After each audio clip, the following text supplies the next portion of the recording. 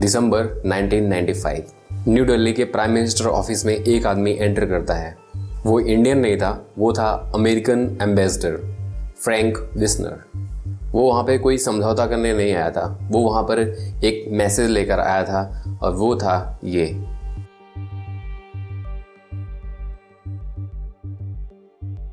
उसने वो satellite images prime minister के सेक्रेटरी के टेबल पे पटक दी और साफ शब्दों में कहा, हमें पता है कि तुम लोग क्या कर रहे हो, इसे तुरंत रोको वरना हम तुम्हारी इकोनॉमी को बर्बाद कर देंगे। उस टाइम के प्राइम मिनिस्टर नरसिम्हा राव जी के पास एक ऑप्शन था, बटन दबाओ और देश को कंगाल कर दो या फिर पीछे हट जाओ। उन्होंने टेस्ट को कैंसिल करना सही समझा और देश को उस टाइम पे बचाना सही समझा। उन्होंने टेस्ट को कैंसिल कर दिया और गड्ढे को भर दिया गया और केबल्स जो बिछे हुए थे उनको वापस खींच लिए गए। 20 सालों में इंडिया ने चुपचाप बम बनाने की कोशिश की, जबकि पूरा का पूरा वर्ल्ड इंडिया को रोकने की कोशिश कर रहा था। ये कहानी केवल बम बनाने की फिजिक्स की नहीं है, ये कहानी एक थ्रिलर जैसी है। ये कहानी है स्मगलिंग की, ये कहानी है सीक्रेट कोड्स की, ये कहानी एक चूहे बिल्ली जैसे खेल की जो कि रेगिस्तान के बीच में खेली गई। Welcome to the dark edges.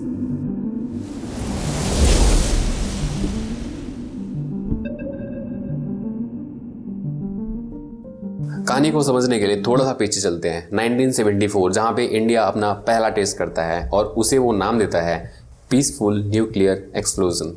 लेकिन दुनिया इससे एग्री नहीं करता है। रातों रात दुनिया के जो बड़े पावर्स हैं उन्होंने अपना एक ग्रुप बना लिया था जिसे कहते हैं कि न्यूक्लियर सप्लायर ग्रुप। इसका काम ये श्योर करना है कि इंडिया को कोई भी न्यूक्लियर सप्लाई ना मिले जो कि उसे हेल्प करे एक बम बनाने में। बेसिकली उन्होंने सब कुछ काट दिया। इंडिया को हैवी वाटर चाहिए थे, वो उन्होंने स्टॉप कर दिया। इंडिया को रॉकेट मिसाइल्स बनाने के लिए स्टील चाहिए थे, उन्होंने वो डिनाई कर दिया। इंडिया ने वेदर प्रेडिक्ट करने के लिए अमेरिका से क्रे सुपर कंप्यूटर मांगा, उन्होंने वो भी डिनाई कर दिया। उनको लगा कि हम इसका यूज़ मिसाइल के कैलकुलेशन के लिए करेंगे। ये एक तरह का टेक्नोलॉजी अपार्थाइड था। मिशन केवल इंडिया को बम बनाने से रोकना नहीं था, बल्कि इंडिया का जो साइंस है उसका पूरी तरह से गला घोट देने का था।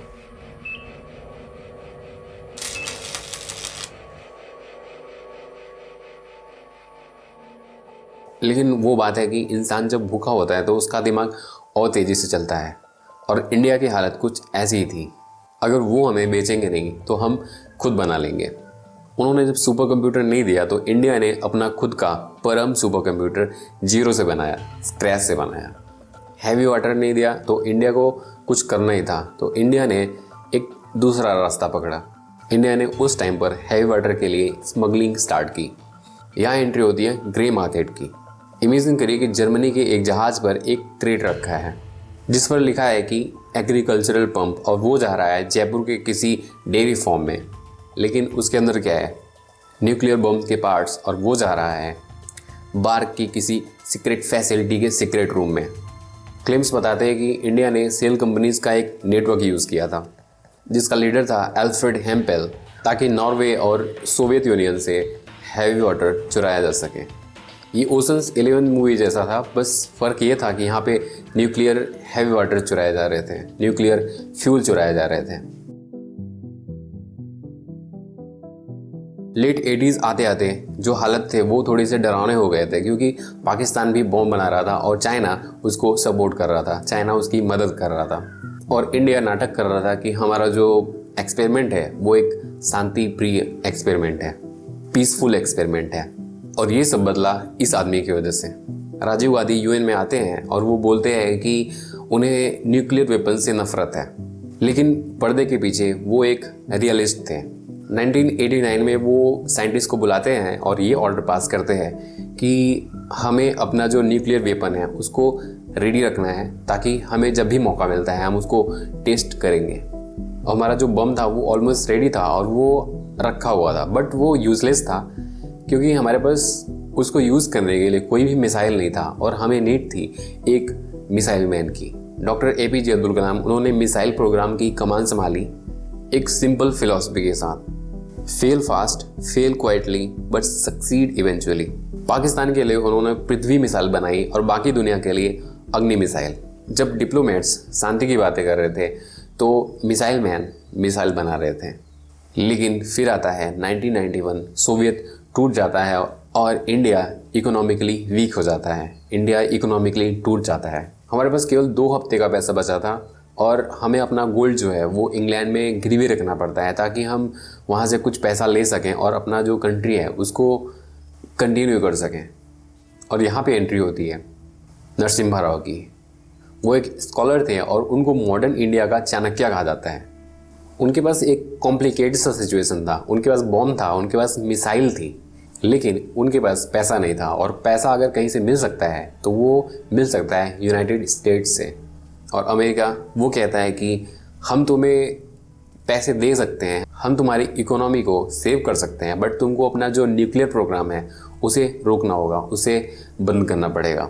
राव ने उस टाइम पे वही किया जो एक पीएम को करना चाहिए। उन्होंने इनडायरेक्टली साइंटिस्ट से ये कहा कि हमें काम तो जो है वो कंटिन्यू रखना है, बट हमें अब दिखाव नहीं करना है, हमको जो भी करना है वो छुपा के करना है। इसे कहते हैं रिसर्च डिटरेंस। मतलब कि हमारे पास हथियार तो है बट हम इसे अभी टेस्ट नहीं करेंगे। और हम वापस वहीं पे आते हैं जहाँ से हमने शुरू किया था, 1995। इकोनॉमी स्टेबल हो चुकी थी और राव ने फैसला किया कि अब हम न्यूक्लियर टेस्ट करेंगे। टीम राजस्थान के पोखरण में जाती है और खुदाई शुरू करती है, लेकिन वहाँ पे उनसे एक गलती हो जाती है। 1974 में जो टेस्ट हुआ था उस टाइम पे जो सैटेलाइट था वो एक ओल्ड टेक्नोलॉजी बेस्ड सैटेलाइट था, उससे हम बच गए थे। लेकिन रिसेंटली अमेरिका ने लॉन्च किया था एक नया सैटेलाइट KH-11 कैनन।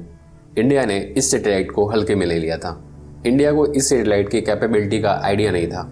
ये केवल कैमरा नहीं था बल्कि एक अरबों डॉलर का जासूस था। ये धरती के ऊपर घूमता है और हर एक 90 मिनट पर दुनिया का एक अपडेटेड स्केच तैयार करके अमेरिका को दे देता है। उन्होंने डिजर्ट में ट्रक्स देख लिए, उन्होंने वहाँ पे बिछी केबल्स देख लिए और वहाँ पे जो भी चीज़ें हो रही थी उन्होंने देख ली थी। अमेरिका ने इंडिया की इस एक्टिविटी को रंगे हाथों पकड़ लिया था। न्यूयॉर्क टाइम्स में ये खबर छप गई। अम्बेसडर सीधा दिल्ली के ऑफिस में घुस आया और राव को सब कुछ कैंसिल करना पड़ा। सोचिए, साइंटिस्ट वहाँ पे खड़े थे, उन्होंने सब कुछ रेडी कर रखा था और एक कॉल आता है कि पैक इट अप, सब कुछ कैंसिल करना है। ये एक अपमान तो था लेकिन ये एक सबक भी था। डॉक्टर R चिदम्बरम और APJ अब्दुल कलाम को उस दिन एक बात समझ में आई। उन्हें फिजिक्स ने नहीं, उन्हें सर्विलांस ने रोका था। अगर उन्हें दोबारा टेस्ट करना है तो उन्हें बेहतर बॉम्ब नहीं चाहिए, उन्हें एक बेहतर जादू चाहिए, उन्हें ऐसा कुछ चाहिए जो कि उनको गायब कर सके, जो कि बॉम्ब को गायब कर सके। 1995 का जो फेल हुआ टेस्ट था वो एक ड्रेस रिहर्सल थी। अगले 3 सालों तक इंडियन आर्मी और इंडियन साइंटिस्ट ने उन्होंने ये सीखा कि सैटेलाइट कब ऊपर से गुजरती है। उन्होंने सीखा कि रेत में कैसे छुपा जा सकता है कि आपको एक सैटेलाइट भी डिटेक्ट ना कर सके। उन्होंने अंधेरे में काम करना सीखा। दुनिया को लगा कि उन्होंने इंडिया को 1995 में रोक दिया है, वो गलत थे। अगले वीडियो में मैं आपको बताऊंगा कि 58 लोगों की एक टीम ने कैसे CIA NSA को कैसे चकमा दिया और अमेरिकन हिस्ट्री को उनके इंटेलिजेंस का सबसे बड़ा फेलियर दिया।